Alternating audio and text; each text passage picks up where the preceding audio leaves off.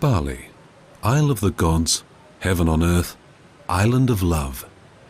Few earthly spots merit such epitaphs, but then rare indeed are lands with so many positive attributes. At first blush, it is the awesome splendor of the landscape which lends the island its dramatic magic, marked by volcanic uplands, set off by verdant terraced rice fields. A closer view reveals that the aesthetics of everyday Balinese life are likewise fascinating, emerging from an intricate weaving of art and religion. When in 1597 the first Europeans landed on Bali, they believed that they had discovered the biblical Garden of Eden. Even today, Bali's gardens approach this ideal. The splendor of tropical flora and graceful artwork, coupled with breathtaking views, constitute the essential ingredients for the success of Balinese gardens. Foremost among Bali's internationally celebrated garden designers is Michael White. A self-described dropout from Australian society, White came to Bali 3 decades ago and has remained. Indeed, he has since even adopted a Balinese name, Made Wijaya.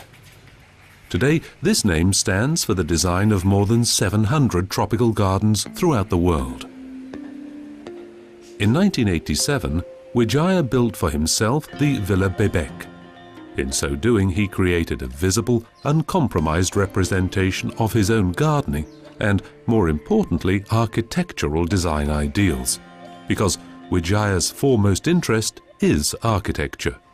I sort of fell into landscape design. I had studied architecture at Sydney University, and I dropped out 3rd year and travelled to Bali from a hippie commune in Nimbin in Australia, and really first started coaching tennis, and then met some sort of cafe society pals who invited me to do a first garden, which was a Geoffrey Bawa house. I didn't know that he was the great architect from Sri Lanka.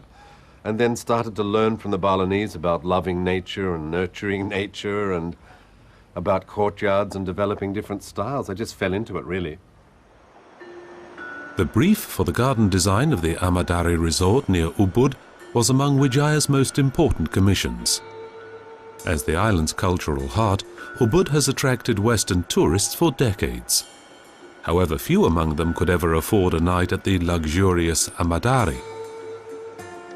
The resort structures, fashioned as an idyllic Balinese village, were designed during the 1980s by Australian architect Peter Muller. And while Muller architecture favours the austere, clean lines of Japanese influence, Wijaya's playful garden design, featuring statues from the highly imaginative Balinese repertoire, provides a fascinating and decidedly native counter-melody. Typical of gardens throughout the island, Wijaya has set out a sculptural army of demons and warriors.